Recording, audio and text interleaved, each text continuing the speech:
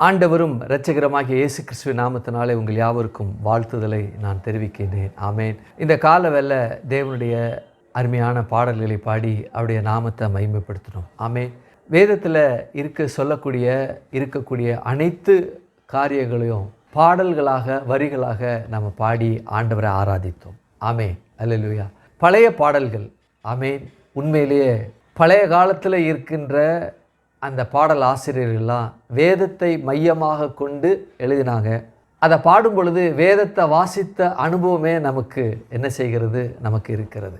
ஆனால் இந்த காலத்தில் அனுபவத்தை என்னென்னமோ வச்சு என்ன செய்கிறாங்க, எழுதுகிறாங்க. ஏதோ ஒரு நாள் பாடலாம், 2 நாள் பாடலாம். மியூசிக்லாம் ரொம்ப அப்படியே மாடர்னைஸாக இருக்குது. ஆனால் அது நிலைத்து இருக்குதான்னா இல்லை. நன்றியால் பாடிடுவோம் நல்லவர் இயேசு நல்கிய எல்லாம் நன்மைகளை நினைத்தே. ஆழ்ந்த அருமையான வேதத்தின் ஆழங்கள் சொரியப்பட்ட பாடல்கள் அவைகள். ஆமேன். அல்லேலூயா. எண்ணி எண்ணி துதி செய்வாய் என்று சொல்லி பாடினோம். நம் வாழ்க்கையில் தேவன் எவ்வளவோ நன்மைகளை நமக்கு செய்திருக்கிறார். நாம் பர்டிகுலராக யாரையும் நான் சொல்ல விரும்பலை. நான் பாவத்தில் இருந்திருப்பேன் அப்படின்னா நான் மரித்து கிட்டத்தட்ட ஒரு 35-38 வருஷம் இருக்கும். இன்றைக்கு நான் உயிரோடு இருக்கிறேன் அப்படின்னா அவர் எனக்கு பாராட்டின அன்பு. இவைகளெல்லாம் எண்ணி எண்ணி பார்க்க வேண்டியது நிகழ்வு. அந்த காலத்தில் என்னென்னா வாழ்க்கையை வேதத்தின் அடிப்படையில் அனுபவமாக எழுதினாங்க. இந்த காலத்தில் எப்படின்னா சும்மா நானும் எழுதணும், பாட்டு ஹிட் ஆகணும், பணம் சம்பாதிக்கணும். அந்த காலத்தில் பணம் சம்பாதிக்கிற அந்த இதே கிடையாது, அந்த விஷயமே கிடையாது. என்ன செய்தாங்க, உள்ளத்தை ஊற்றி வேதத்தில் ஊற்றி வேத எழுத்துக்களால் பாடல்கள் இருந்தது. இந்த நாட்களில் அது அப்படி இல்லை, பார்க்க முடிவது இல்லை. வேதநாயகம் சாஸ்திரிங்க என்ன செய்தாங்க, உணர்ந்து பேசினாங்க. அந்த பேசினவைகளை வேதத்தின் அடிப்படையில் எழுதினாங்க. இன்றைக்கெல்லாம் கேட்க நல்லா இருக்குது, ஏதோ 8K 10K என்று சொல்லி 3Dங்கிறானுங்க, 5Dங்கிறானுங்க, என்னென்னோ மியூசிக்லாம் வந்திருக்கு. கேட்க நல்லா இருக்கிற மாதிரி தான் இருக்குது. ஆனால் பாடல்கள் என்ன செய்கிறது, மறந்து விடுகிறது. அந்த பாடல் என்னவென்று அதிகமாக வரிகள் நமக்கு தெரிவது இல்லை. ஆனால் பழைய பாடல்கள் இன்று வரைக்கும் என்ன செய்கிறது, மனதில் நிறைந்திருக்கிறது. என்றால் வேதத்தை உணர்ந்து ஆவியில் எழுதினாங்க. இன்றைக்கு ஆவியில் எழுதுகிறாங்களான்னு தான் தெரியல. ஆகையினால இன்றைக்கு வேத எழுத்துக்களின் அடிப்படையில் உண்மையான தேவ மனுஷர்கள் எழுதின பாடல்களை பாடினோம். அவ்வளவு சுவையாக இருந்தது. நாம் அதை சுவைக்க முடிந்தது. காதுகள் இனித்தது, நாவுகள் இனித்தது. ஆமென். அல்லேலூயா. அப்படிப்பட்ட நிலையில் நாம் இன்றைக்கி ஆராதனை செய்தோம். கர்த்தருக்கு மகிமையாக அது காணப்பட்ட உணர முடிந்தது. நாம் என்ன செய்ய முடிந்தது, எல்லாவற்றையும் உணர முடிந்தது. ஆமென். அல்லேலூயா. இப்படிப்பட்ட உணர்வு எல்லா ஆராதனையிலும் இருக்கப்பட வேண்டும் என்பதுதான் ஒரு எதிர்பார்ப்பாக இருக்கிறது. அது நமக்கு மாத்திரமல்ல, எல்லா சபைகளுக்கும் அது அப்படிப்பட்ட நிலையில் இருக்கணும். உணர்ந்து ஆவியில் அனுபவித்து பாடல் பாடுகிற ஆராதனையாக எல்லா சபைகளும் இருக்கணும். பார்த்தோன்னா மாடர்ன் லாங்குவேஜ், தமிழையே ஆங்கிலம் மாதிரி பாடுறாங்க. இது தமிழ் தானா அப்படின்னு ஒரு சற்று அப்படி யோசிக்க தோணுது. இது தமிழ் தானா அப்படின்னு. அப்படி அல்ல. தேவன் அருமையான காரியங்களை நமக்கு அது கொடுத்திருக்கிறார். ஆச்சரியமான காரியங்களை நாம் பெறத்தக்கதாக தேவன் பாடலுக்குள்ள வேத வசனத்துக்குள்ளே தேவன் வைத்திருக்கிறார். ஆமே ஆமே. நாம் விசுவாசத்தை குறித்து தியானித்து கொண்டிருக்கிறோம். விசுவாசமானது நம்பப்படுகிறவர்களின் உறுதியும் காணப்படாதவர்களின் நிச்சயமாக இருக்கிறது என்று சொல்லி எபிரேயர் 11:1 சொல்லப்பட்டிருக்கிறது. அப்போது விசுவாசம் என்ற அந்த வார்த்தையை உலகத்துள்ள எல்லா உயிரினங்களும் பெற்றிருக்கிறது, மனிதன் உட்பட. இதனுடைய அடிப்படையில் பொதுவான விசுவாசம், உலக பிரகாரமான விசுவாசம், கிறிஸ்தவனுடைய விசுவாசம், தேவனுடைய விசுவாசம், தேவ ரகமான விசுவாசம் என்று சொல்லி 5 நிலைகளில் இது பிரிக்கப்பட்டிருக்கிறது. அப்போ உயிரினங்களில் மகுடமாய் இருக்கக்கூடிய அந்த உயிரினம் என்னன்னா நாம தான். அது மனுஷன் தான். த க்ரௌன் ஆஃப் கிரியேஷன் யார்னா நாம தான். அப்போது நாம் இந்த விசுவாசம் என்ற காரியத்தை பெற்றிருக்கிறோம். அதாவது தன்னைத்தான் நம்புகிற ஒரு அநேக அந்த விசுவாசத்தில், அதாவது மனைவி திருமணம் பண்ணுறாங்க, கணவன் திருமணம் பண்ணுறாங்க, ஒரு மனுஷனை ஒரு மனுஷி திருமணம் பண்ணுறாங்க. நம்பி தான் என்ன செய்கிறாங்க, திருமணம் பண்ணுறாங்க. அப்போது மனைவி கணவன் அவங்க இடையில் அந்த விசுவாச குலைச்சல் உண்டாகும் பொழுது என்ன செய்யப்படுகிறது, அந்த குடும்பம் உடைகிறது. கணவனும் அந்த விசுவாச குலைச்சலில் இருக்கும் பொழுது அந்த குடும்பமும் சிதறடிக்கப்படுகிறது. இதனால் என்ன செய்கிறாங்க, கிறிஸ்தவர்கள் மட்டுமல்ல எல்லா மதத்தினரும் கோர்ட்டில் முன்னாடி போயிட்டு என்னை பிரித்து விட்டுருங்க அப்படின்னு போய் நிற்கிறாங்க. காரணம் என்ன, ஏமாற்று நிலை. அல்லது என்னை நம்பி வந்திருக்கா கடைசி வரையிலும் இருப்பா, அல்லது என்னை நம்பி வந்திருக்கா இவன் கடைசி வரையிலும் என்னோடு இருப்பான் அப்படிங்கிற அந்த நம்பிக்கையில் என்ன உண்டாகிறது அப்படின்னா ஒரு தொய்வு உண்டாகிற நிமித்தமாக அப்படிப்பட்ட சம்பவங்கள், அப்படிப்பட்ட காரியங்கள்லாம் நடக்கின்றது. இன்னொன்று இருக்குது, அது என்னவென்றால் தேவனை நம்புகிற அல்லது தேவனை விசுவாசிக்கின்ற விசுவாசம். இதுதான் அல்டிமேட் கோர். ஒரு மனுஷன் பூமியில் வாழ்கிறான் அப்படின்னா அந்த பூமியில் வாழ்கிற அவன் தேவனை நம்புகிற நம்பிக்கையின் அடிப்படையில் தான் என்ன செய்யப்பட்டிருக்கான், அவன் இந்த பூமியில் வடிவமைக்கப்பட்டிருக்கான். அப்படிப்பட்ட நிலையில் தான் இந்த பூமியில் அவன் இருக்கின்றான். அப்போது பூமியில் அவன் வாழ்கின்ற அவன் அந்த நம்பிக்கை அவனை விட்டு போகுமானால் ஒரு சனப்பொழுது கூட அவனால் உயிரோடு இருக்க முடியாது. இதுக்கு உதாரணமாக நீர் பட்சிகளையும் மச்சங்களையும் பிறப்பித்தது, அதாவது மீனையும் பறவைகளையும் நீர் பிறப்பித்தது. இந்த நிலமானது விலங்குகளை, பூச்சிகளை, உயிரினங்களை பிறப்பித்தது. அப்போது நீரும் இந்த நிலமும் எதை பிறப்பித்ததோ அதற்கு ஆதாரமாக இருக்கு. நாம் இந்த பூமியிலிருந்து எடுக்கப்பட்டாலும் நம்மை பிறப்பித்தது யார் என்றால் தேவன். தேவனிடத்திலிருந்து நாம் பிரிக்கப்பட்டோம் என்றால், அல்லது இந்த மீனை தண்ணீரிலிருந்து நாம் எடுத்துட்டோம்னா மீன் செத்துரும். தரையிலிருந்து இந்த பூமியிலிருந்து செடியை நம்ம தனியாக பிரிச்சிட்டோம்னா செடி செத்துரும். இந்த மனுஷன் தேவனிலிருந்து பிரிக்கப்பட்ட நிலையில் தான் பிறந்திருக்கிறான். ஆகையினால தான் செத்து பிறந்திருக்கிறான். அப்போ செத்து பிறந்த அவன் ஏதோ ஒரு தேடுதல் இருக்குது, எனக்கு கடவுள் வேணும், எனக்கு கடவுள் வேணும். மீன் நீர் நிலைகளிலிருந்து அதை பிரித்து விட்டோம் என்றால் எனக்கு தண்ணி வேணும், தண்ணி வேணும் என்று சொல்லி துடிக்குது. செடி கொடி மரங்கள் நிலத்திலிருந்து அது பிரிக்கப்பட்ட உடனே எனக்கு மண் வேண்டும், இந்த பூமி வேண்டும் என்று சொல்லி துடிக்குது. துடிக்குதுன்னா மீன் துடிக்கிற மாதிரி நமக்கு தெரியாது. ஆனால் ஒருவேளை அதுக்கு எண்ணம் இருந்து அதுக்கு பேச்சு இருந்தது அப்படின்னா, என்னை ஏன்டா பிடுங்கி போட்ட, நான் இந்த பூமியில் தானே இருக்கணும், அதுதானே எனக்கு ஆதாரம், என்னை கொண்டு போய் நடுறா அப்படிங்கும். அதுக்கு வாய் கிடையாது, ஆனால் உணர்வு இருக்குது. என்னை பிடுங்கிட்டாங்களே என்கிற உணர்வு இருக்குது. அது சிந்தை இருக்கா என்னன்னு எனக்கு தெரியாது, இல்லை. ஆனால் உயிர் இருக்குது. அந்த உயிர் என்ன செய்கிறது, துடிக்கும் என்று என்ன செய்யும் நம்ம அறிய முடியும். இதுபோல தான் மனுஷன் தேவன் என்கிற அந்த தொடர்பு துண்டிக்கப்பட்ட நிலையில் இருக்கிறபடினால துடிக்கிறான். ஆகையினால தான் அந்த துடித்தல் என்கிற அந்த காரியம் அவனுக்குள்ள இன்னும் அதிகமாக ட்ரிகர் ஆகி அவன் குருடா இருக்கிறபடினால, கடவுள் யாருன்னு தெரியாமல் குருடா இருக்கிறனால தனக்கு என்னெல்லாம் தோன்றுகிறதோ அதெல்லாம் கடவுள் இதுவாக இருக்கும் என்று சொல்லி வணங்குறான். ஆகையினால தான் காட்டில் வாழ்கிற, குகையில் வாழ்கிற இந்த ஜனங்கள் எல்லாம், அந்த மக்கள் எல்லாம் இயற்கையை தெய்வமாக வணங்குறாங்க. நல்ல படிச்சிருக்காங்க, நல்ல வேலை செய்கிறாங்க, ஆனால் இருதயம் குருடாக இருக்குது.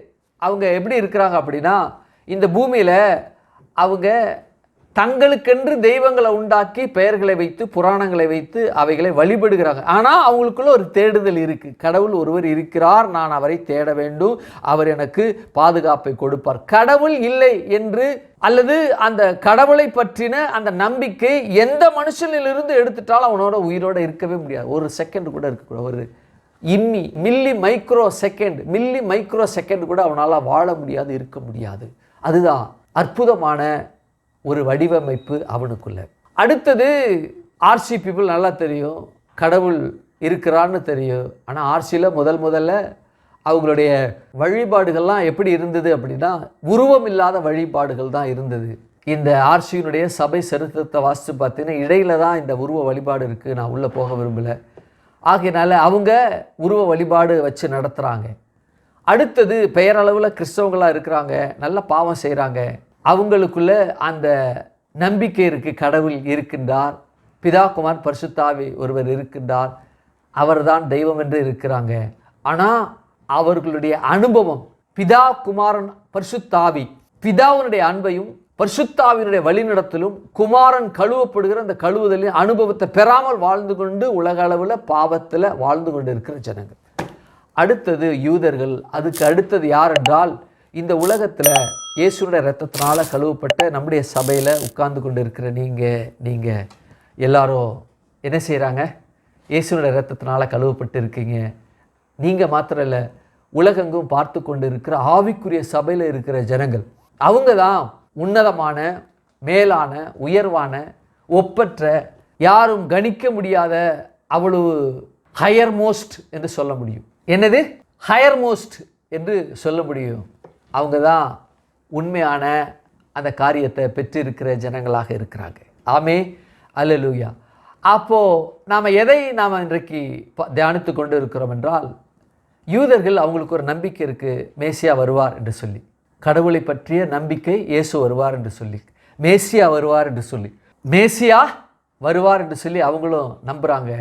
அப்போது மேசியா வந்தார் 2025 ஆண்டுகளுக்கு முன்பாக.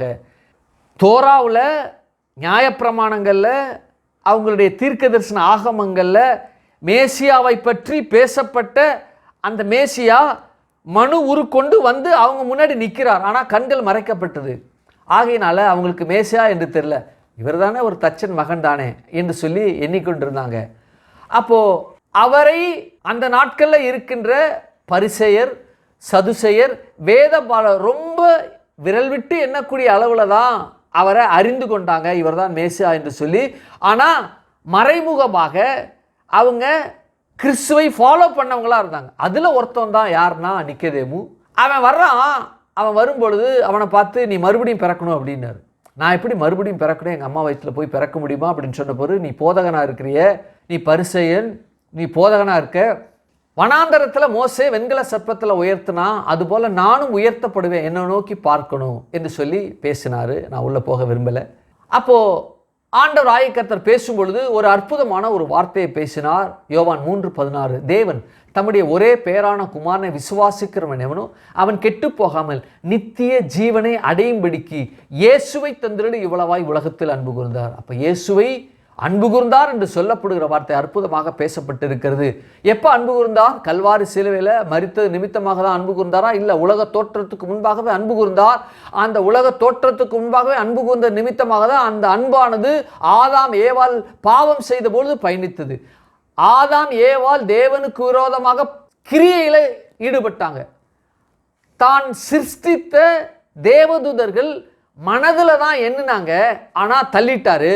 இவங்க மனதில் இல்லை, கிரியையிலே என்ன செய்தாங்க?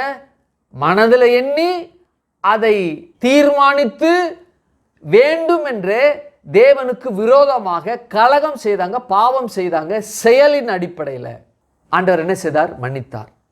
ஆண்டவர் என்ன செய்தார்? மன்னித்தார். அந்த பரிபூர்ண அன்பு அவங்களுக்குள்ளே பயணித்தது, காயினுக்குள்ளே பயணித்தது. அவங்களுடைய சந்ததி பெருகிச்சு. அப்புறம் ஆதாம் ஏவாள் இணைந்து பிள்ளைகளை பெற்றாங்க. காயினுடைய அந்த சந்ததியும் ஆதாம் ஏவாள் பெற்ற பிள்ளைகள் அந்த சந்ததியும் ஒன்றோடு ஒன்று கலந்து ஒட்டுமொத்த உலகமும் பாவத்திற்குள்ள என்ன செய்தது? கடந்து சென்றது. தேவன் எல்லாரும் அழிக்கணும்னு நினைச்சாரு. ஆதாம் ஏவாளுக்கு வாக்கு கொடுத்தார். என்ன? உனக்கும் ஸ்ரீக்கும் உன் வித்துக்கும் அவள் வித்துக்கும் பகையை உண்டாக்குவேன். ஆதியாகமம் 3:15. அந்த வார்த்தையானது பயணிக்க வேண்டும். அவர் சொன்னா அந்த சொல்லுகிற சொல்லின்படி நடக்கிறவர். அவர் பொய் சொல்லுகிறார். மனுஷனை போல பொய் சொல்லுகிறவர் இல்லை, இல்லையா? இந்த நாட்களில் தாய் தகப்பன்ட்ட பிள்ளைகள் சரளமாக பொய் சொல்கிறாங்க. கடைசி நாட்களில் அன்பு தணிந்து போகும். அப்படின்னா அன்பு இருந்துச்சு அப்படின்னா தாய் தகப்பன்ட்ட எப்படி இருப்பாங்க? உண்மையாக இருப்பாங்க. தகப்பன்ட்ட உண்மையாக இருப்பாங்க. அன்பு இல்லாதனால, தகப்பன் தாயிட்ட அன்பு இல்லாதனால என்ன செய்கிறாங்க? இந்த ஆள்கிட்ட என்ன நான் போய் உண்மையை பேசணும், இல்லாட்டி இவள்கிட்ட என்ன நான் போய் உண்மையை பேசணும். இந்த ஆள் எப்போ பார்த்தாலும் குறை சொல்லிக்கிட்டே இருக்கிறான். இந்த ஆள் எப்போ பார்த்தாலும் குறை சொல்லிக்கிட்டே இருக்கான். இந்த பொம்பளை எப்போதும் இது குறை சொல்லிக்கிட்டே இருக்குது. ஏதாவது நோய் நோண்டிக்கிட்டே இருக்குது. இவன் எப்போதும் நோண்டிக்கிட்டே இருக்கான். என்னத்துக்கு அப்படின்னு சொல்லி என்ன செய்கிறாங்க? பொய் சொல்லி தாய் தகப்பனை ஏமாற்றுறாங்க. ஒரு தகவலை சொல்கிறேன். காண்கின்ற தாய் தகப்பனை நீ ஏமாற்றுகிற ஒரு பிள்ளையாக இருப்ப அப்படின்னா, காணாத தேவனிடத்தில் நீ எப்படி உண்மையாக இருப்ப? அப்படி என்றால் அன்பு தணிந்து போய்விட்டது. அன்பு தணிந்து. இதிலே என்ன செய்யலாம்? மெஷர் பண்ணலாம். ஐயோ, எங்கள் அப்பா சொல்லுக்கு நான் கீழ்ப்படியணும், அவர் வார்த்தைக்கு நான் கீழ்ப்படியணும், நான் உண்மையாக இருக்கணும். எதன் மூலமாக வரும்? அன்பு நிமித்தமாக தான் வரும். அப்போ தேவனாகிய கர்த்தர் என்ன செய்தார்? அன்பு கூர்ந்தார் என்றால் இந்த அன்பு அவர் பேசின வார்த்தை அதன்படி அவர் செய்ய வேண்டும். ஆதாம் ஏவாளுக்கு நான் வாக்கு கொடுத்தேன், இவனுங்களுக்கெல்லாம் தெரியவா போகுது? ஒட்டுமொத்த மோசே நோவா வரைக்கும் அழிச்சுவிட்டு ஒரு புதுசாக மனுஷனை நான் உண்டாக்கணும்னா இவனுங்களுக்கெல்லாம் தெரியவா போகுது அப்படின்னு நினச்சிடலாம். ஆனால் மனிதன் மேலே அன்பு வைத்த நிமித்தமாக தான் அவர் சொன்ன வார்த்தையை என்ன செய்தார்? அதன்படி செய்தார், கீழ்ப்படிந்தார், அதன்படி நடந்தார். இதுதாங்க அல்டிமேட் லவ். ஒரு மனுஷன் தன் தாய் தகப்பன் கீழ்ப்படுகிறான் என்றால் தன் தாய் தகப்பன்ல அன்பு அவன் செலுத்துகிறான் என்று அர்த்தம். அன்பு செலுத்தின எந்த மகனும், அன்பு செலுத்துகிற எந்த தகப்பனும், எந்த தாயும் தன்னுடைய பிள்ளைகளை பாதுகாப்பாங்க, பிள்ளைகளுக்கு நல்ல காரியங்களை சொல்லிக் கொடுப்பாங்க. எந்த தகப்பன் எப்படியோ போய் தொலைட்டும், என்னமோ இருக்கட்டும், நாம் நல்லா இருந்தால் சரி அப்படின்னு நினச்சானா அவன் நல்ல தகப்பனே அல்ல. அப்போது தகப்பனும் தாயும் தன் பிள்ளைகள் நல்லா இருக்கணும்னு சொல்லி சில வழிமுறைகள், சில காரியங்கள்லாம் என்ன செய்கிறாங்க? பேசுகிறாங்க, சொல்கிறாங்க.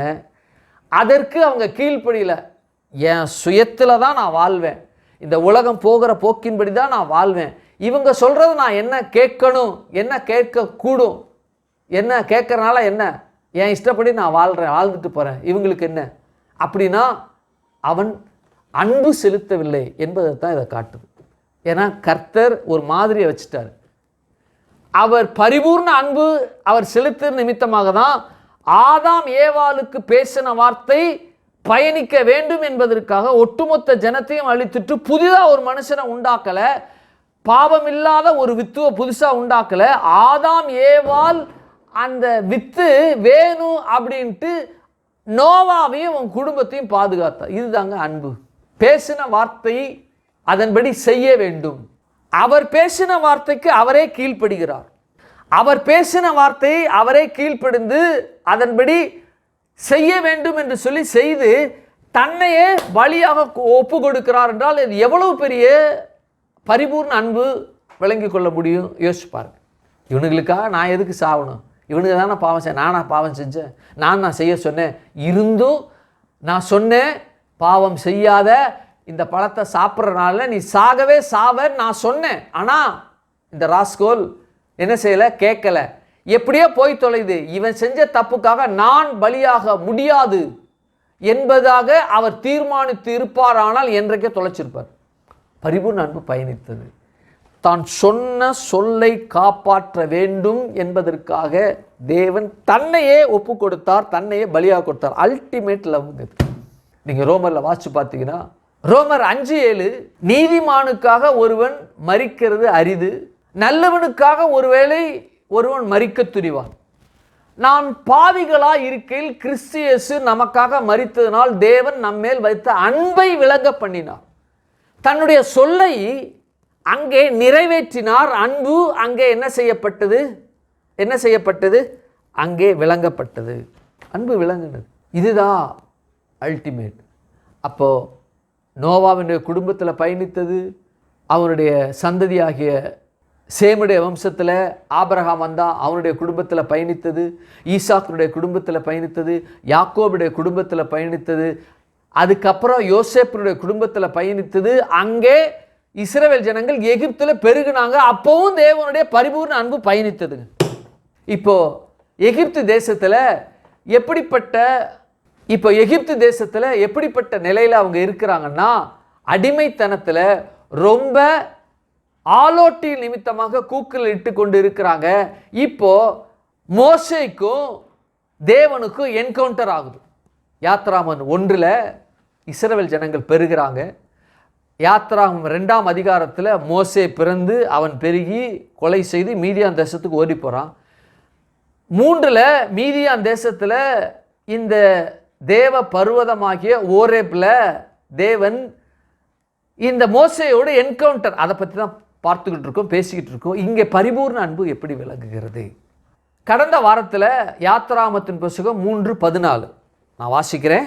அதற்கு தேவன் இருக்கிறவராகவே இருக்கிறேன் என்று மோசேயனுடைய சொல்லி, இருக்கிறேன் என்பவர் என்னை உங்களிடத்தில் அனுப்பினார் என்று இஸ்ரவேல் புத்திரருடைய சொல்லுவாயாக என்றார். அப்போ இருக்கிறவராகவே இருக்கிறேன் என்று சொல்லப்படுகிற இந்த வார்த்தையை என்ன செய்கிறோம்னா நாம் தியானித்து கொண்டு இருக்கிறோம். இந்த வார்த்தை சாதாரணமாக கடந்து போகிற வார்த்தை அல்ல, அல்லது சாதாரணமாக எடுத்துக்கொள்ளுகிற வரிகளும் அல்ல. இது கடவுள் யார் என்று அந்த நாட்கள் மாத்திரமல்ல, இந்த நாளிலும் பாவத்தினால் இருக்கக்கூடிய பாவியான மனுஷர்கள் கண்டுகொள்ளத்தக்கதாக தேவனாய கர்த்தர் அன்று அருமையான ஒரு வார்த்தையை பேசுகிறாங்க. இப்போ லிங்குவிஸ்டிக் அதை பற்றி படிக்கிறவர்கள் அல்லது மொழிகளை ஆராய்ச்சி செய்கிறவர்கள், மொழியினுடைய அந்த பாண்டித்துவத்தை பற்றி அதிகமாக ஆராய்ச்சி செய்கிறவர்கள், இந்த வார்த்தையானது இதுவரைக்கும் யாரும் பேசிராத, இதுவரைக்கும் யாரும் இப்படி மொழியப்படாத, இதுவரைக்கும் இப்படிப்பட்ட ஒரு அற்புதமான ஆழமான இந்த காரியங்களை யாரும் பேசினது இல்லை என்று என்ன செய்கிறாங்க, சொல்கிறாங்க. அது என்ன வார்த்தை என்றால் இருக்கிறவராக இருக்கின்றேன் என்ற வார்த்தை தமிழில், ஆங்கிலத்தில் ஐ ஆம் தட் ஐ ஆம் என்கிற வார்த்தை. ஆமென், அல்லேலூயா. அப்போ இந்த வார்த்தையானது தேவனை தேடுகின்ற வாஞ்சையோடு தாகத்தோடு இருக்கின்ற மனதிற்கு, அந்த ஆத்துமாவிற்கு நான் தானா கடவுள், நான் மாத்திரம்தான் இருக்கிறேன் அப்படிங்கிற வார்த்தை அது. இந்த வார்த்தை ஆதி முதல் அந்தம் வரைக்கும் உலகத்தினுடைய சகல ஜனங்களும் தன்னை தேடி கண்டடையத்தக்கதாக இருக்கக்கூடிய வார்த்தை என்று பேசுகிறாங்க. இது துவக்கம் முடிவு. அப்படி என்றால் எந்த பொருளுக்கும் ஆரம்பம் ஒன்று இருக்கிறது, துவக்கம் ஒன்று இருக்கிறது. அப்போ ஆரம்பம் துவக்கம் என்றால் இவர்தான் ஆரம்பம், இவர்தான் துவக்கம், இவரிலிருந்து தான் எல்லாம் பிறப்பிக்கப்பட்டது, இவர்தான் இதை எல்லாவற்றையும் பிறப்பித்தார் என்று சொல்லக்கூடிய வார்த்தைகள் இதில் என்ன செய்யப்பட்டிருக்கிறது, பயணிக்கிறது, இதில் இருக்கிறது. ஆமென், அல்லேலூயா. இருக்கிறவராக இருக்கின்ற ஐ அம் தட் ஐ அம் என்று சொல்லப்படுகிற இந்த வார்த்தை மனிதனுடைய யோசனைக்கும் எண்ணத்திற்கும் அவனுடைய அறிவுக்கும் ஞானத்திற்கும் தேடுதலுக்கும் அப்பாற்பட்ட நிலையில அவ்வளவு பயங்கரமாக பேசப்பட்ட வார்த்தை இவை. எவ்வளவு ஆச்சரியமான விஷயங்கள் பாருங்க. அப்படிப்பட்ட நிலையில தான் இது என்ன செய்யப்பட்டிருக்கு, பேசப்பட்டிருக்கு. இந்த ஐ அம் தட் ஐ அம் என்று சொல்லப்படுகிற அந்த வார்த்தை என்னன்னா டிவைனையும் இன்னும் சொல்ல போனால் இட்டர்னிட்டியும் இந்த ஐ அம் தட் ஐ அம் என்ற வார்த்தை தன்னகத்தே என்ன செய்யப்பட்டுனா உள்ளடக்கி இருக்கு அப்படின்னு பேசுறாங்க. அடுத்தது இந்த ஐ அம் தட் ஐ அம் என்று சொல்லப்படுகிற இந்த வார்த்தையானது காலங்கள் யுகங்களை கடந்து அது நிற்கக்கூடியது, அது பயணிக்கக்கூடியது.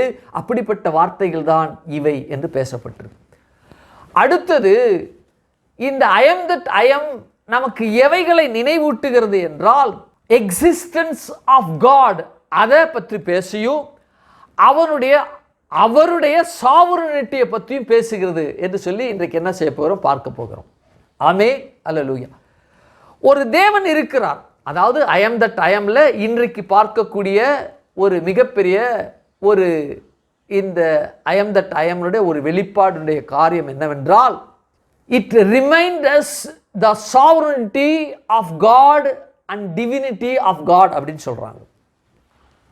அதாவது டிவினிட்டி என்று சொல்றதை காட்டிலும் இது எதை பற்றி பேசுகிறதுனா existence of God and his divinity, மன்னிக்கும், அண்ட் ஹிஸ் சாவரனிட்டி என்று என்ன செய்யறாங்க, பேசுறாங்க. இது ரொம்ப அவசியமானது, பார்க்க வேண்டியது. இது ஐ அம் தட் ஐ அம்க்குள்ள இருக்கு. நான் மறுபடியும் சொல்றேன், it remains God's sovereignty and existence என்று பற்றி பேசுறாங்க.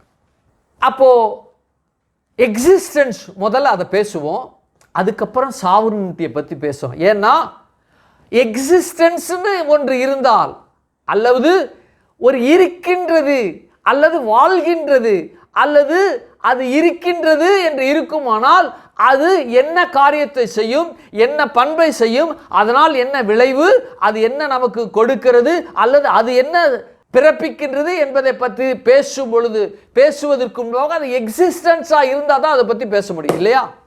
ஆகினால முதல்ல எக்ஸிஸ்டன்ஸை பற்றி பேசுவோம்.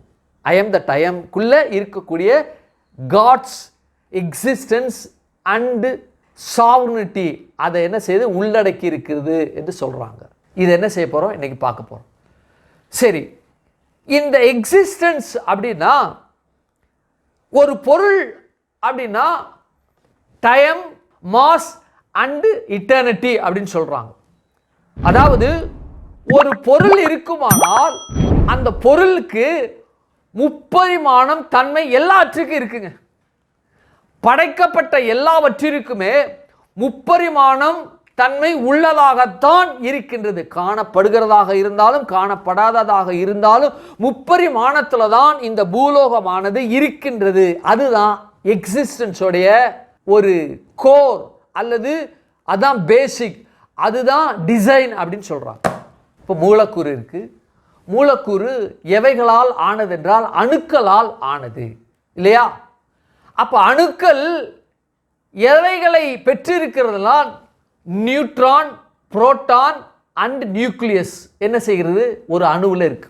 அப்போ மூன்றும் என்ன செய்கிறதுனா அணு இந்த முப்பரிமாணத்தை பெற்று தான் இருக்கிறது. இதில் ஒன்று இல்லைனாலும் அது அணுவாக இருக்க முடியாது. அணு என்றால் நம் கண்ணில் பார்க்க முடியாத ஒரு துகள்.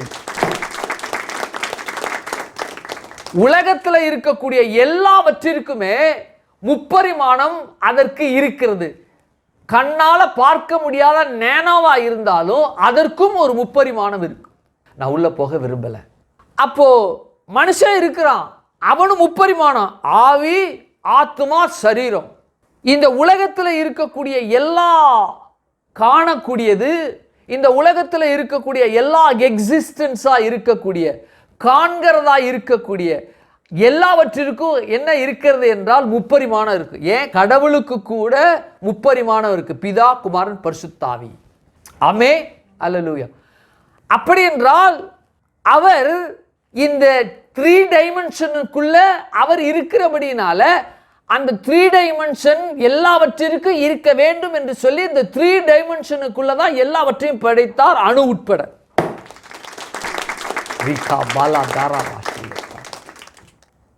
ஆமென், அல்லேலூயா. இதுதான் அல்டிமேட்டுங்க எக்ஸிஸ்டன்ஸ்க்கு.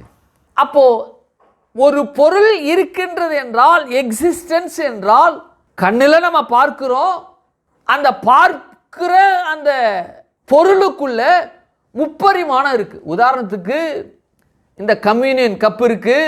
இந்த கம்யூனியன் கப்புக்குள்ள என்ன இருக்கு, உயரம், அகலம், என்ன இருக்கு, நீளம் இருக்கு இல்லையா? இது முப்பரிமாணத்தை பெற்றிருக்கு. அதை அணுக்களாக பிரித்தோம் அப்படின்னா இது எவர் சில்லராக இருக்கிறது. அப்படின்னால இதில் வெள்ளியம், காரியம், இரும்பு கலந்ததாக இருக்கிறது. இன்னும் என்ன இருக்குன்னு எனக்கு தெரியல, இவ்வளோ தான் இருக்குன்னு நான் நினைக்கிறேன். இருக்குமானால் மன்னிச்சு கொள்ளுங்க. ஒருவேளை நான் சொன்னது தவறாக இருக்குமானால் அதையும் மன்னித்து கொள்ளுங்க. ஆனால் துருப்பிடிக்காத அளவிற்கு ஏதோ உலகங்கள் கலந்துருக்கு இல்லையா? அப்போது அந்த ஒவ்வொரு உலோகம் கலந்த அந்த காரியத்துக்குள்ள அணு இருக்கு, ஆட்டம் இருக்கு. அந்த ஆட்டம் தான் என்ன செய்கிறது, இந்த ஒன்றிணைந்து ஒரு உருவத்தை என்ன செய்கிறது, பெறுகிறது. அணுவினுடைய மிகப்பெரிய சேர்க்கை தான் மூலக்கூறு. நியூக்ளியஸோடைய ஒன்றிணைவு தான் என்னது, மாஸ் அப்படிங்கிறாங்க. அப்போ எக்ஸிஸ்டன்ஸ் என்று சொல்லப்படும் பொழுது ஒன்று வாழ்கிறதாக இருக்கலாம் அல்லது வாழாதவைகளாகவும் இருக்கலாம் இல்லையா? கல் இருக்கு, கல் வாழுமா, வளருமா, நகருமா என்றால் இல்லை. ஆனால் கல்லுக்குள்ள என்ன இருக்கு, அணு இருக்கு. கல்லுக்குள்ள என்ன இருக்கு, மாலிகூல்ஸ் இருக்கு. இருக்கா, இருக்கு. அப்போ ஒவ்வொன்றும் இதை எப்படி பிரிக்கலாம் அப்படின்னா அந்த எக்ஸிஸ்டன்ஸுக்குள்ள லிவிங், நான் லிவிங் என்று என்ன செய்ய முடியும், அழகா பிரிச்சிட முடியும்.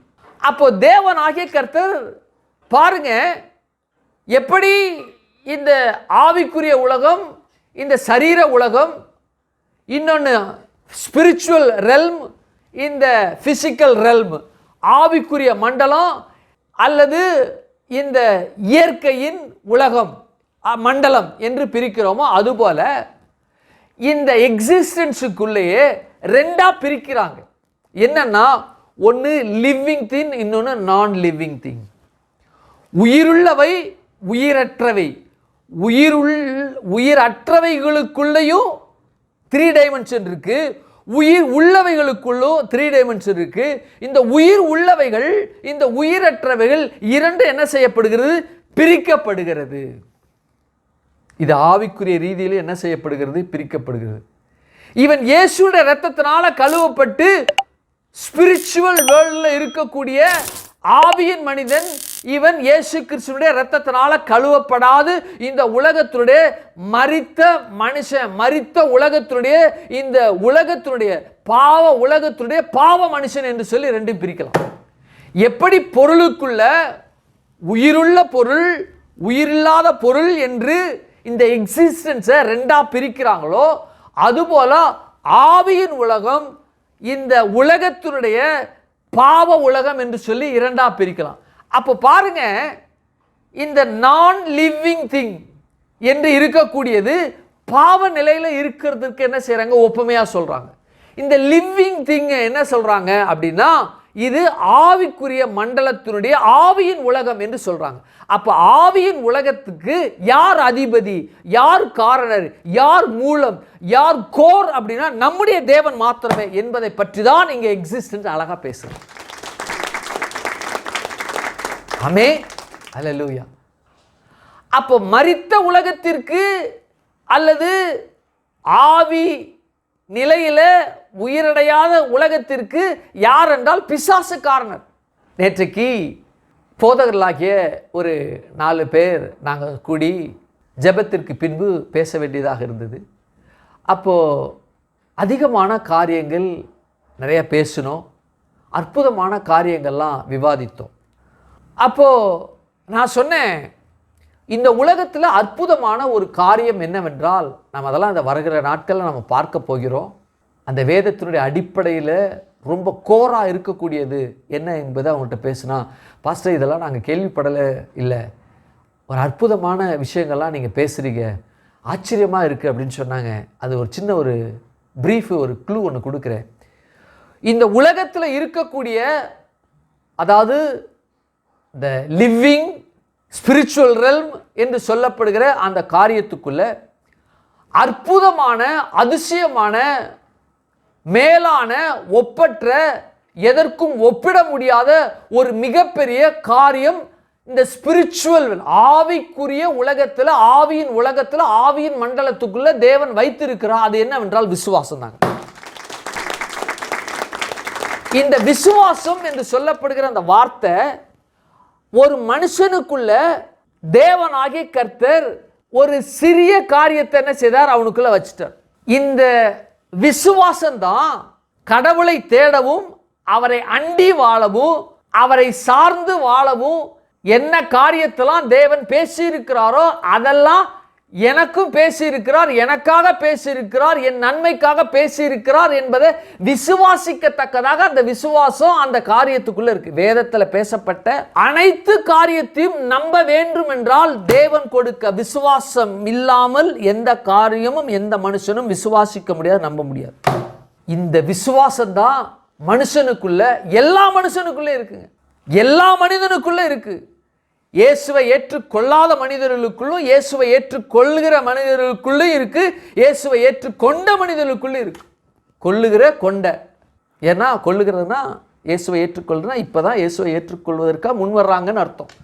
இயேசுவை ஏற்றுக்கொண்டவங்கன்னா நேற்று ஏற்றுக்கொண்டிருப்பாங்க, அல்லது இன்றைக்கு காலையில் ஒரு 2 நிமிஷத்துக்கு முன்னாடி ஏற்றுக்கொண்டு இருப்பாங்கன்னா அவங்கள பற்றி பேசுகிறேன். அல்லது 10 வருஷமாக இருக்கலாம், 20 வருஷமாக இருக்கலாம், 40 வருஷமாக இருக்கலாம். ஏற்றுக்கொண்டவர்களுக்குள்ள அது என்னவென்றால், விசுவாசம் இல்லாமல் முழுவதுமாக தேவனை ஏற்றுக்கொள்ளவே முடியாதுங்க. அதை தேவனே தான் கொடுக்கிறார். தேவனை அறிகிற அறிவை தேவன் அவர்களை உள்ளத்தில் வைத்தார், தேவனே அதை வைத்தார் இருக்கு. அதைத்தான் அல்டிமேட்டுங்கிறாங்க. அப்போ எக்ஸிஸ்டன்ஸ் கூட, இந்த நான் லிவிங் திங் எக்ஸிஸ்டன்ஸ் கூட இந்த லிவிங் திங்குள்ள என்ன செய்யப்பட்டிருக்கா இருக்கு. அப்போ இது விசுவாசம் என்ற காரியத்தை காட்டிலும், இப்போ மறுபடியும் நான் உள்ள போறேன், இந்த எக்ஸிஸ்டன்ஸுக்குள்ள எப்படி இருக்கிறது அப்படின்னா, அவரை நம்புகிற, அவரை அண்டுகிற நிலையில் இருக்கு. ஏனென்றால் இந்த எக்ஸிஸ்டன்ஸ் என்று இருக்கும் பொழுது ஒரு பொருள் அல்லது ஒரு வஸ்து, ஒரு நபர், என்று இருக்கிற பட்சத்தில் தான் அவரை நம்ப முடியும். ஆகவே I am that I am அவர் எக்ஸிஸ்டன்ஸை பற்றி பேசும். இது இல்லாம ஒரு மனுஷனும் என்ன செய்ய முடியாது, அவரை நம்ப முடியாது. ஐ எம் தட் ஐ எம் என்கிற வார்த்தை இல்லாமல் தேவனை ஒருபோதும் நம்ப முடியாது, அவரை காண முடியாது. அப்போ காணத்தக்கதாக, கண்டடையத்தக்கதாக, அடையத்தக்கதாக, ஏற்றுக்கொள்ளத்தக்கதாக, அவரை அண்டி வாழத்தக்கதாக அந்த வார்த்தை பேசப்பட்டிருக்கு. நான் மாத்திரமே இருக்கிறேன் என்று சொல்லி. எவ்வளவு அற்புதம் பாருங்க, எவ்வளவு அதிசயம் பாருங்க, எவ்வளவு உண்மை பாருங்க. அவருடைய இருக்குதலை பற்றி, அவருடைய நிலைப்பாட்டை பற்றி, அவர் இருக்கின்ற அந்த தன்மையை பற்றி பேசப்படுகிற வார்த்தை ஐ அம் தட் ஐ அம், இருக்கிறவராக இருக்கின்றேன் என்ற வார்த்தை. அல்லேலூயா. ஷாலா பா லேஹா ரே மாஷி லேஹா பாதியாம் தரதா. ஆமென். ஆகையினால தான் நான் இருக்கிறேன் அப்படின்னா மற்றது எதுவும் இல்லை அப்படிங்கிற விஷயத்தை பேசுறாரு. ஆமென். அல்லேலூயா. நான் இருக்கிறத பத்தி பேசுறதுன்னா நான் மாத்திரம்தான் இருக்கிறேன். இப்போ பிரமாண பிரசங்கியார்லாம் என்ன சொல்றாங்க, என்ன பேசுறாங்க அப்படின்னா, மோசே போல என்ன வணைங்க, எலியாவை போல என்ன வணைங்க, பவுலை போல, ஏசாயாவை போல, எலியாவை போல. முட்டாள்தனமான ஜெபம், முட்டாள்தனமான கேட்குதல்.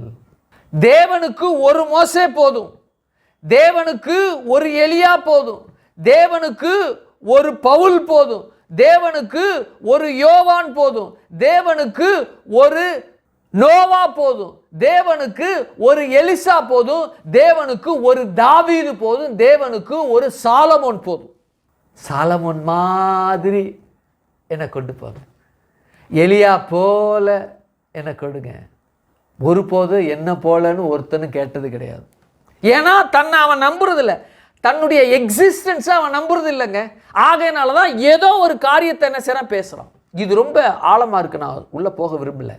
எந்த மனிதன் தன்னுடைய எக்ஸிஸ்டன்ஸை, தன்னுடைய அந்த நிலையை, தான் இருக்குதலை அவன் உணராது எந்த மனுஷன் இருக்கிறானோ அந்த மனுஷன் அவன் என்ன செய்வானா, மற்றவள் இருந்த அல்லது மற்றவள் இருக்குதலை என்ன செய்வான், அதை போல என்ன கொடுங்க என்று சொல்லி கேட்பான். ஒரு முட்டாள்தனமான, ஒரு மடமையான, அறிவீனமான ஜனங்கள் கேட்கின்ற அல்லது முட்டாள்தனமான போதகர்கள் பேசுகிற வார்த்தை இவை.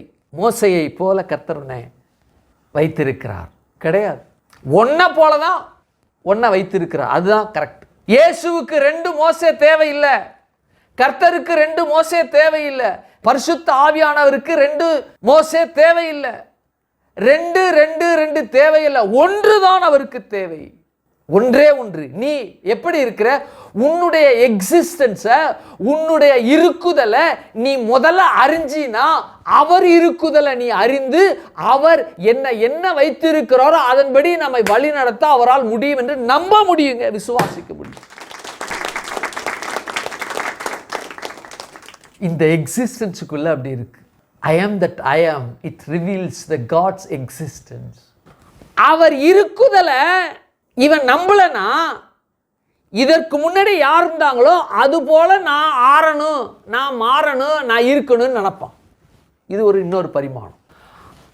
மறுபடியும் நான் சொல்றேன், தேவன் அவருடைய இருக்குதலை, எக்ஸிஸ்டன்ஸை எந்த மனுஷன் சரியா புரியாம இருக்கிறானோ அந்த மனிதன் இதற்கு முன்பாக தேவனால் யாரு நடத்தப்பட்டாரோ, யாரு வழி நடத்தப்பட்டாரோ, அவருடைய கரத்தினால் எந்த மனுஷன் அவரால் பயன்படுத்தப்பட்டாரோ அந்த மனுஷனை போல என்ன மாற்றுங்கன்னு சொல்லி கேட்பான். ஏன்னா இவனுக்கு தேவனுடைய இருக்குதலை, எக்ஸிஸ்டன்ஸை தெரியல. இது இன்னொரு பகுதி. எவ்வளவு ஒரு அசிங்கமான, எவ்வளவு ஒரு அருவருப்பான, எவ்வளவு ஒரு கேவலமான ஒரு செயல். என்ன போல, அவரை போல என்ன மாற்றுங்க, மோசேயை போல என்ன வழி நடத்துங்க, எலியாவை போல என்ன பயன்படுத்துங்க, எலிசாவுக்கு இருக்கான இரட்டத்தனையான காரியம் எனக்கு நாளத்தனையா கிடக்கு. அருவருப்பான, அசிங்கமான, கேவலமான கேட்குதல், இன்னும் சொல்ல போனா அசிங்கமான, கேவலமான, அருவருப்பான காரியத்தை போதகர்களே பேசாங்க. எலியாவை போல அப்படிங்கிறாங்க. இல்லை, உன்னை எப்படி அவர் வணைய வேண்டும், பயன்படுத்த வேண்டுமோ அதை போல பயன்படுத்துன்னு கேட்குதல் தான் மிக சிறந்தது. ஏன்னா இந்த போதகருக்கு தேவனுடைய எக்ஸிஸ்டன்ஸை பற்றி தெரியாததுனால தான் மோசையை போல என்று சொல்லி யாரு அதிகமாய் தேவனால் பயன்படுத்தப்பட்டார்களோ, அதிகமான காரியங்கள் வழிநடத்தப்பட்டதோ அவர்களை மேற்கோள் காட்டி நீ அப்படிங்கிறாங்க, அவரை போல அப்படிங்கிறாங்க. போலலாம் கிடையாது. வேதத்தில் சொல்லப்பட்டிருக்கு, என்ன விசுவாசிக்கிறவன் தான் செய்த காரியத்தை செய்வான், இதை காட்டிலும் மேலான காரியம். அப்ப பாருங்க, என்னை விசுவாசிக்கிற மோசே செய்த காரியங்கள் இல்லை. யோவான் 14:12 வாசிக்கிறேன், என்னை விசுவாசிக்கிறவன் நான் செய்த கிரியைகளை தானும் செய்வான், இவைகளை காட்டிலும் பெரிய கிரியைகளை செய்வான். அப்ப அவரை விசுவாசிக்கும் பொழுது அவர் செய்த கிரியைகளை தான் செய்வான்னா, அவரை விசுவாசிக்கும் பொழுது அவரை செய்கிற கிரியையில் தான் ஒழிய அவரை விசுவாசிக்கிறவன் மோசே செய்த கிரியை அல்ல, எலியா செய்த கிரியை அல்ல, யோனா செய்த கிரியை அல்ல, இயேசு செய்த கிரியையில முதல்ல விசுவாசிக்கணும். அதை விசுவாசித்தா அவன் செய்வான். இதுதாங்க வேதம். தேவனுக்கு ஒருவர் போதும். அந்த ஒருவர் நானாக இருந்தா, கர்த்தாவே இவனுடைய எக்ஸிஸ்டன்ஸில் நீர் இவனை எப்படி பயன்படுத்தணும்னு நீங்க நினைக்கிறீங்களோ அதன்படி பயன்படுத்துங்கன்னு சொல்ல ஜெபிக்கலாம் ஒழிய, யோனாவை போல, மோசேயை போல, எலியாவை போல அப்படின்னு சொன்னோம்னா தேவனுடைய எக்ஸிஸ்டன்ஸை இந்த பேசுகிற இந்த அறிவீனமான மடமையான இந்த போதகர்களுக்கு தேவனுடைய எக்ஸிஸ்டன்ஸை தெரியாம பேசுறாங்க. நான் வன்மையா சாடுறேன். அவர் வானம் பூமி கொல்லாதவர். மனிதனுடைய மூளைக்கும், மனிதனுடைய யோசனைக்கும், மனிதனுடைய எதிர்பார்ப்புக்கும், மனிதனுடைய எண்ணத்திற்கும் அவர் பயங்கரமாக என் வாழ்நாள் முழுவதும் பயங்கரமாக என்று சொல்லி, இந்த வாழ்நாள் முடிந்து இந்த யுகமாக பயங்கரம் என்று ஒவ்வொரு நாளும் தேவதூதர்கள்லாம் தேவனாகிய கர்த்தர் பரிசுத்தர் இன்னும் கூட கூப்பிட்டுக்கிட்டு இருக்காங்க. இன்னும் கூப்பிட்டுக்கிட்டு இருந்தாலும் அவர் கொல்லாத, வானம் கொல்லாத, அவ்வளவு பெரியன்னு சொல்லி இந்த பரிசுத்தத்துக்கு பதிலாக தேவனை பெரியவர் என்று இந்த நித்தியம் வரைக்கும் பேசினாலும் அவ்வளவு பயங்கரமான தேவன் நம்முடைய தேவன். அதுதான் அவருடைய எக்ஸிஸ்டன்ஸ். இதை புரிஞ்சுக்கிட்டா மோசையை போல, எலியாவை போல என்று எந்த தேவ மனுஷனும் புரியாம தெரியாம வாய் தவறி கூட பேச முடியாதுங்க. யாராவது பிசாசு ரட்சிக்கப்படணும்னு யாராவது உபவாசம் இருக்கிறாங்களா? யாராவது பிசாச கர்த்தாவே ரட்சியும் என்று சொல்லி 20 நாள், 21 நாள், 41 நாள் உபவாசம் எடுக்கிறாங்களா? இல்ல. ஏன்னா அவன் ஆக்கினைக்குள்ளாக தீர்க்கப்பட்ட ஆயிற்று அப்படின்னு இருக்கு. அந்த நாளுக்காக அவன் வைக்கப்பட்டிருக்கிறான் என்று இருக்கிறது. இது ஆணித்தரமா புரிஞ்சதுனால அவனுக்காக யாரும் ஜெபிக்கிறது இல்லை. அது போல தேவனுடைய எக்ஸிஸ்டன்ஸை முழுசா தெரிஞ்சுக்கிட்ட எவனும் எலியாவை போல, ஏனோக்கை போல, மோசையை போல பயன்படுத்துங்க எந்த மனுஷனும் கேட்க முடியாதுங்க. பிசாசை ரட்சியும் என்று சொல்லி யாரும் கேட்க முடியாத அளவுக்கு எப்படி இருக்கிறதோ அதுபோல இந்த காரியமும் இதுக்குள்ள இருக்கு. ஏன்னா அவருடைய எக்ஸிஸ்டன்ஸ் அவன் தெரிஞ்சுக்கிட்டான் என்றால் அதை பற்றி இவன் பேசவே முடியாது. என்ன போல பயன்படுத்துங்க. கேட்கிறவன் வேணா கேட்கலாம் எலியாவை போல. ஏன்னா இவனுக்கு தெரியாது தேவனா யாருன்னு தெரியாது. அதனால எலியாவை போல பயன்படுத்துங்க அப்படின்னு கேட்டா போதகர் என்ன செய்ய, ஓடி போய் நறுக்குன்னு மண்டையில ஒரு கொட்டி, ஏண்டா தேவன் எவ்வளவு பெரியவர், ஒரு மோசே போதுண்டா, ஒரு எலியா போதுண்டா, அவர் எவ்வளவு பயங்கரமானவர், எலியாவை காட்டிலும் மோசையை காட்டிலும் உன்னை பயன்படுத்த அவர் வல்லவராய் இருக்கிறார் என்று சொல்லி அவருடைய எக்ஸிஸ்டன்ஸ் இந்த போதகர் தெரிந்திருப்பார். ஆனால் இப்படி பேசுகிற கேட்கிற அந்த மகனை அப்படிலாம் பேசக்கூடாது தம்பின்னு வழி நடத்த முடியும். ஏன்னா இவனுங்களை என்ன செய்கிறானுங்க, ஒரு மடமையாக அறிவீனனாக என்ன செய்கிறாங்க, மோசையை போல இவன் பயன்படுத்துங்க ஆண்டவரேன்னு தேவனுடைய எக்ஸிஸ்டன்ஸை இவனுங்களுக்கு தெரியும். ஆமென், அல்லேலூயா. இன்னொரு தகவலை சொல்றேன். இந்த போதகர்கள் தேவனுடைய எக்ஸிஸ்டன்ஸ் சரியா தெரியாததுனால மோசையை போல பயன்படுத்துங்க என்று சொல்லி ஜெபிக்கிறான்னு ஒத்துக்குவோமே. இன்றைக்கு ஒரு மனுஷனை, ஒரு அறிவீனமான ஒரு போதகர் எலியாவை போல மோசையை போல பயன்படுத்துங்கன்னு சொன்னா இன்றைக்கு என்ன நாளா இருக்கணும் அப்படின்னா, அவரை சார்ந்த அல்லது இந்த மக்கள் எல்லாம் எகிப்தில் அடிமையா இருக்கணும். பார்வோன் இந்த நாளில் இருக்கணும். ஆலோட்டிகள் நிமித்தம் இவங்க என்ன செய்யப்பட வேண்டும் என்றால், அவனை சார்ந்தவர்கள் என்ன செய்யணும், ஒருவேளை ஒருத்தன் கேட்குறான் மோசையை போல என் பயன்படுத்துங்கன்னு இந்த அறிவீனமான பாஸ்டர் அந்த மனுஷனை பார்த்து கேட்குறாருன்றா, அந்த மனுஷனுடைய புள்ள குட்டிங்க சந்ததி உறவினர்கள் எல்லாம் எகிப்து தேசத்தில் அடிமையா இருக்கணும், பார்வோன் இருக்கணும், ஆலோட்டிகள் தான் கஷ்டப்பட்டுருங்க. அப்படி இருக்கிறாங்களா? இல்லை. புரியுதா உங்களுக்கு? அப்போ பார்வோன் கிடையாது, அடிமைத்தனம் இல்லை, ஆலோட்டிகள் நிமித்தமா கிடையாது. மோசையை போல வழி நடத்தினா எப்படி வழி நடத்த முடியும் இல்லையா? அப்போ மோசையை போல வழி நடத்தணும்னா அந்த காலத்திலலாம் என்ன இருந்துச்சுன்னா, ஃப்ளைட்டு கிடையாது, காரு கிடையாது, பஸ்ஸு கிடையாது, ட்ரெயின் கிடையாது, டூ வீலர் கிடையாது, சைக்கிள் கூட கிடையாது. இப்போ மோசையை போல என்னை பயன்படுத்தி பொட்டார்னு ஒன்று விடணும். மோசையை காட்டிலும் இன்னும் மேன்மையாக உன்னை பயன்படுத்த முடியும். எலியா இஸ்ரவேல் அந்த ஜனத்திற்கு சேனைகளின் கர்த்தரின் குதிரை ரதமும் ஆக இருந்த அவரை அவர் பயன்படுத்துறார் என்றால், அதே ரதமும் குதிரையும் இப்ப இருக்கா? யோசிச்சு பார்க்கணும். எலியாவை போல என்ன பயன்படுத்துங்க இவரை, இல்லை என்ன பயன்படுத்துங்க இவன் கேட்கிறான். இல்லை, தேவனுடைய எக்ஸிஸ்டன்ஸை அவன் புரிந்து கொண்டிருப்பானால் இருக்குதல்ல, அவர் இருப்புதல எந்த மனிதன் அதிகமாக தெரிந்து கொள்கிறார்களோ அந்த நாளுக்கு, அந்த நாளிகைக்கு, அந்த நேரத்திற்கு தகுந்த போல கால சூழ்நிலைகள் மாறி இருக்கிறபடினால அந்த நிலைக்கு என்ன செய்யுங்க, கொண்டு வாங்கன்னு சொல்லிதான் கேட்க முடியும்.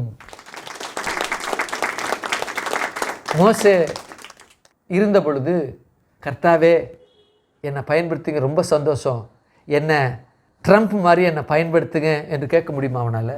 ஒருவேளை அவனுக்கு ஃப்யூச்சரில் 2025 ட்ரம்ப்புங்கிறவர், புட்டின் அப்படிங்கிறவர் ஒருத்தர் இருக்கிறாரு, அவர் தான் 2 சூப்பர் பவர், இவங்க அவங்கள போல் அவனுக்கு தெரியுதுன்னு வச்சுக்கோமே.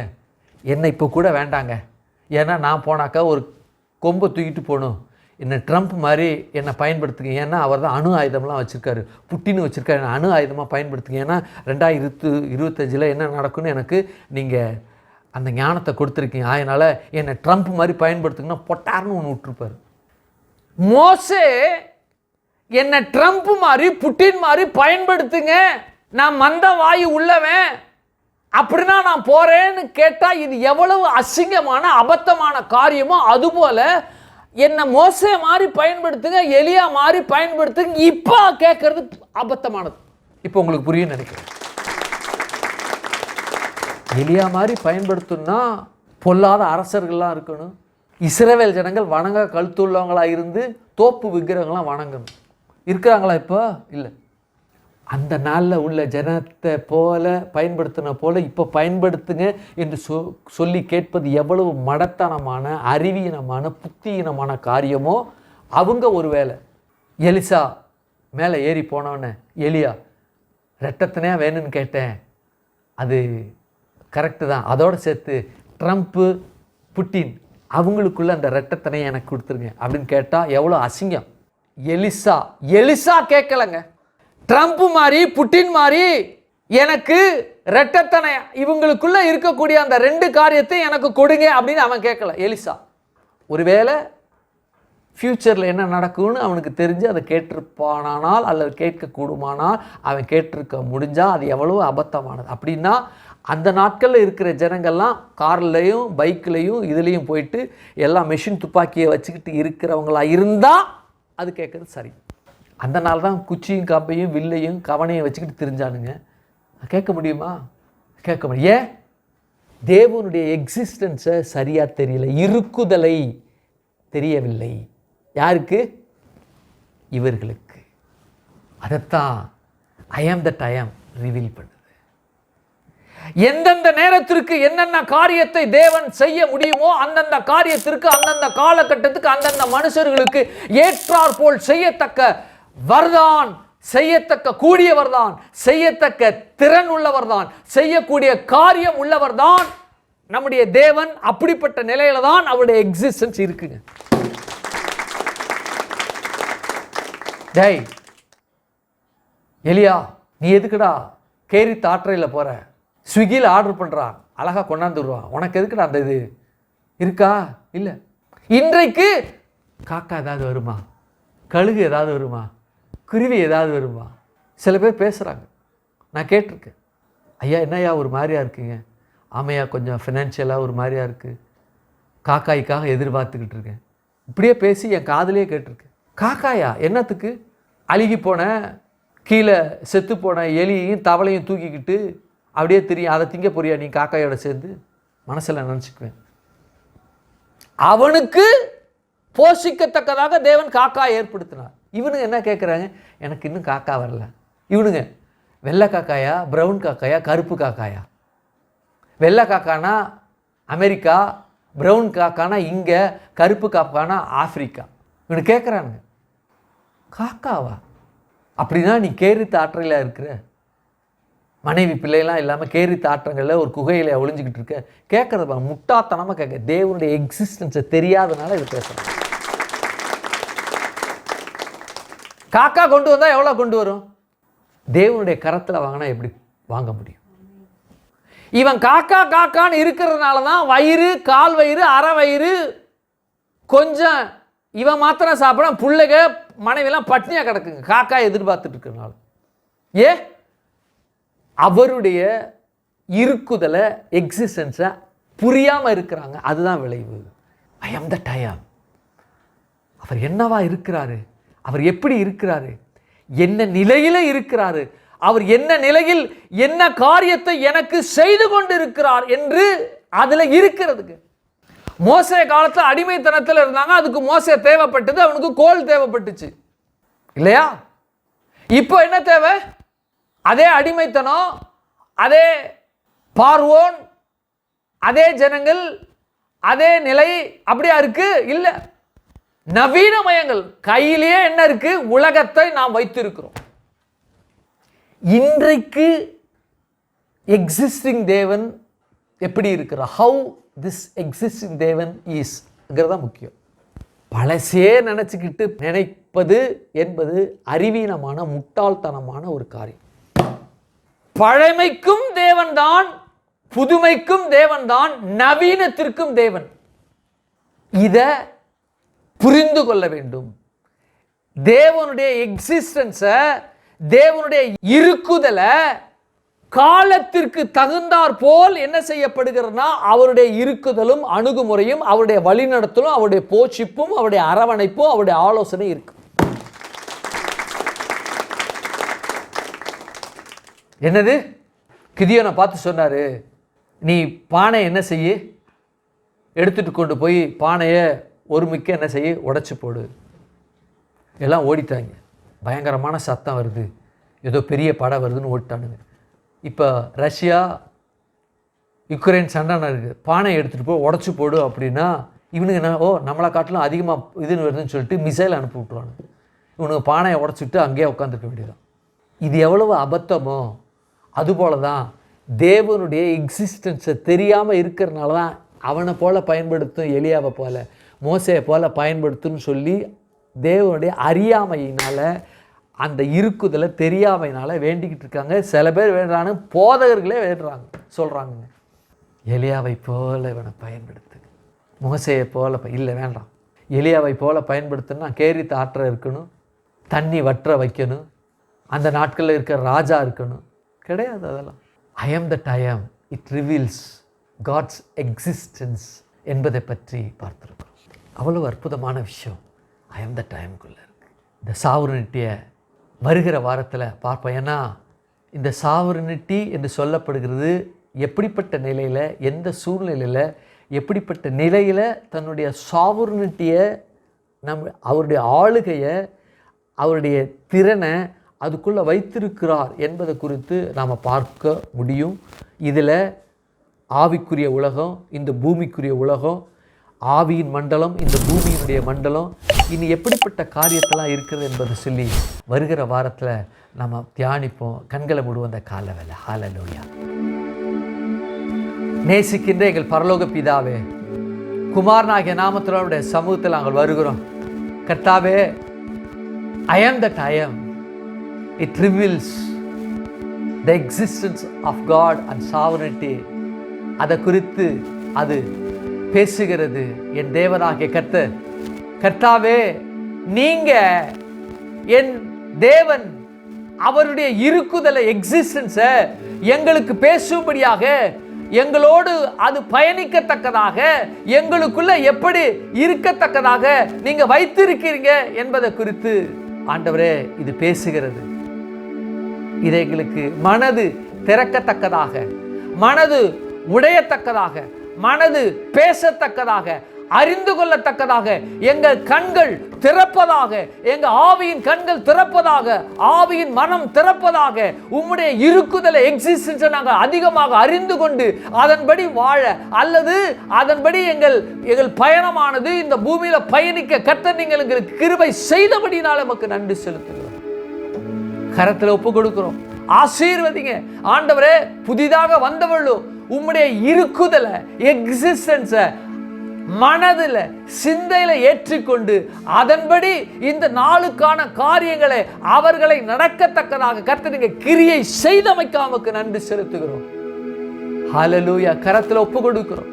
புதிதாக வந்தவர்களும் ஆண்டவரே, ஹல்லேலூயா, எங்கள் சபையில புதிதாக வந்தவர்களும், உலகத்தில் ஆண்டவரை பார்த்து கொண்டு இருக்கிற புதிதாக இருக்கக்கூடிய ஜனங்களும், இம்மை ஏற்றுக்கொள்ளாது இருக்கிற ஜனங்களும் உம்முடைய இருக்குதலை கண்டுகொண்ட நீரே ஜீவனுள்ள தேவன் என்பதை முதலாக அறிந்து, நீர் எப்படிப்பட்ட காரியத்தெல்லாம் அவர்களுக்குள்ள எங்களுக்குள்ள செய்ய வல்லவர் என்பதை, அவர்களுக்குள்ள செய்ய வல்லவர் என்பதை வெளிப்படுத்தி அவர்களை பயன்படுத்தினதுக்காக நன்றி செலுத்துகிறோம். ஆசீர்வதிங்க, பலப்படுத்துங்க, காத்துக்கொள்ளுங்க. மருத்துவமனையில ஆண்டவரே வேதனையோடு, வலியோடு, வியாதியோடு, நோயோடு, பலவீனத்தோடு இருக்கக்கூடிய ஜனங்களை என் தேவனாகிய கர்த்தர் உம்முடைய இருக்குதலாகிய ஆண்டவரை இன்னொரு பகுதி, நான் பரிகாரியான கர்த்தர் என்பதை ஆண்டவரே உம்முடைய இருக்குதலுக்குள்ள இருக்கிற அந்த காரியத்தை அவர்களுக்கு வெளிப்படுத்தி, நீரே பரிகாரியா இருந்து அவருடைய நோய்களை, அவருடைய குறைகளை நீங்க நிவர்த்தி செய்து சுகமாக்கி விடுதலை செய்தமைக்காமக்கு நன்றி. அவர்களோ ஆண்டவரே சதா காலங்களிலும் உம்முடைய எக்ஸிஸ்டன்ஸ் அறிந்து கொண்டு உம்மை துதிக்க அவர்களுக்கு உதவி செய்தமைக்காமக்கு கரத்தில் ஆண்டவரை நன்றி செலுத்துகிறோம். பெரிய காரியங்களை செய்யுங்க, நாமத்தை மகிமைப்படுத்துங்க, ஆசீர்வதிங்க, பலப்படுத்துங்க, காத்துக்கொள்ளுங்க, நன்மை நாளை முடிசூட்டுங்க. இயேசுவின் நாமத்தில் ஜெபிக்கிறோம் ஜீவனுள்ள நல்ல பிதாவே, ஆமேன், ஆமேன். ஒரு பாடலை பாடும் பொழுது ஆவிக்குரிய காரியங்களை அறுக்கத்தக்கதாக வலைதளங்களில், யூடியூப்பில், உலகெங்கும் பார்த்து கொண்டு இருக்கிற ஜனங்கள், நீங்கள் இந்த ஜிபேல மற்றும் இந்த பேங்க் அக்கௌண்ட் அவைகளை நீங்கள் பார்த்து என்ன செய்யுங்க, காணிக்கையில் போட்டு காணிக்கை பலிகளை காணிக்கை ஆராதனையாக அவருக்கு செலுத்தி அவருடைய நாமத்தை மகிமைப்படுத்துங்க. கர்த்தர் உங்களை ஆசீர்வதிப்பாராக. ஆமென், ஆமென்.